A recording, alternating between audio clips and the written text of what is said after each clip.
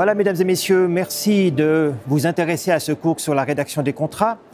Vous avez peut-être constaté, vous l'avez peut-être aussi déploré, il y a un décalage entre le droit et la réalité.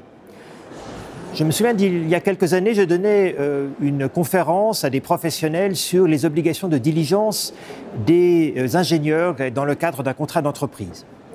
Et puis à la fin de ma conférence, un homme assez volumineux, assez plantureux est venu me voir avec un sourire goguenard et m'a dit « Écoutez, ce que vous dites, c'est très bien, c'est très intéressant, mais ce n'est pas du tout comme ça que ça se passe sur le chantier. » Alors je lui ai dit « Écoutez, vous avez sans doute raison, ce n'est pas comme ça que ça se passe sur le chantier, mais s'il y a un problème sur le chantier, c'est comme ça que ça se passera devant un juge. » Et là, alors, il a perdu son sourire.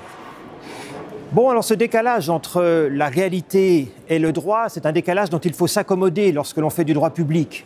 Il n'y a pas grand-chose à faire si le législateur se met dans la tête qu'il faut creuser des trous pour se protéger contre la prochaine guerre nucléaire, c'était le cas dans les années 80 en Suisse, eh bien il n'y a rien d'autre à faire que de prendre sa pelle, même si on considère que ça ne correspond pas tout à fait à la réalité.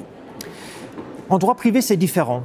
Pourquoi c'est différent? Parce qu'en droit privé, on a un instrument tout à fait particulier qui permet de réconcilier la réalité et le droit, et cet instrument, c'est la liberté contractuelle, qui permet aux parties de créer les règles qu'elles veulent voir appliquées dans leurs relations contractuelles, et donc de créer des règles adaptées à ce qu'elles considèrent comme étant leur réalité.